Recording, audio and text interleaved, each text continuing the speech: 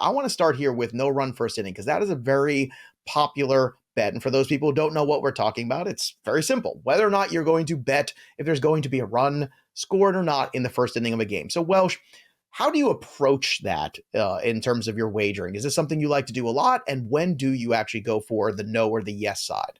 I don't do it a lot. It is, I will say this, it's more novelty than it is anything else because it's so Arbitrary?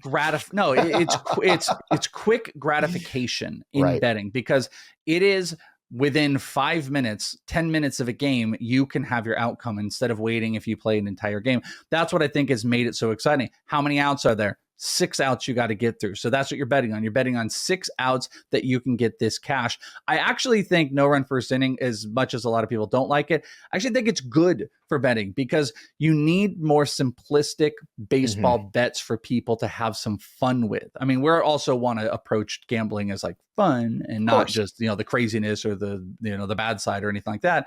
And no run first inning has that. The problem is, and this is how I would approach it. I have bet it before. I've actually used it more in our prize picks. I think that's kind of a better spot because no run first innings usually get juiced. So doing an individualized no run first inning, it's kind of dicey. Like if you can get like a minus 130, 135 or something like that, I think you can play it. But a lot of these will sit around 145, minus 150. So what ends up happening is you're tempted that you got to parlay these. And I think, Vegas knows that. They want you, the books know that they want you to parlay these. Right. And again, the cash is better. The stakes are low as in how many at-bats they need to get through. So if I'm going to approach it, I'd love to find one that is under 135, 130, something like that. Or if I did, I'd try to find a couple matchups that I really like. And one of the big pieces of research you can do is simply a lot of sites now are tracking who's scoring the most runs and how much opponents are scoring through the first 5. And I take both of those. That's part of my process when I go through,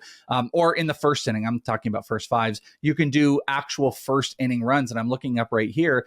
And let's say you were going to attack a yes or a no on the first inning. Well, Tampa Bay right now is scoring the most runs in the first inning in all of baseball. So where I am 80% of the time going to take a no run first inning before I do a yes run first inning. If you had, let's say, Tampa versus Atlanta, who are number 1 and number 2 in first run scoring, that might be a place where you play first run inning. Or on the inverse of it, the New York Mets and Baltimore Orioles, they score the least. They 0.25 and 0.31 as we're recording this in the first inning. That might be one that you want to jump on no run first inning, obviously pending who the pitchers are.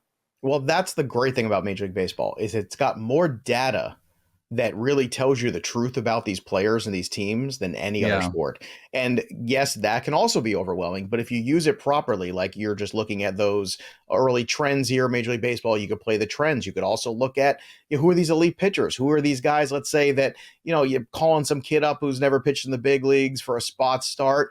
That's looking like probably something you want to hit. Yeah, it's going to be a heavy minus number, but you could pair that, as Welsh said, with perhaps that same other team to win on the money line, right? So there's ways to make money using no run or yes run first inning. And the nice thing about it too is it's also easy to look at from a perspective of batting average against certain pitchers, certain pitchers who struggle against certain teams, certain pitchers who struggle in certain environments, guys who are struggling at home or on the road.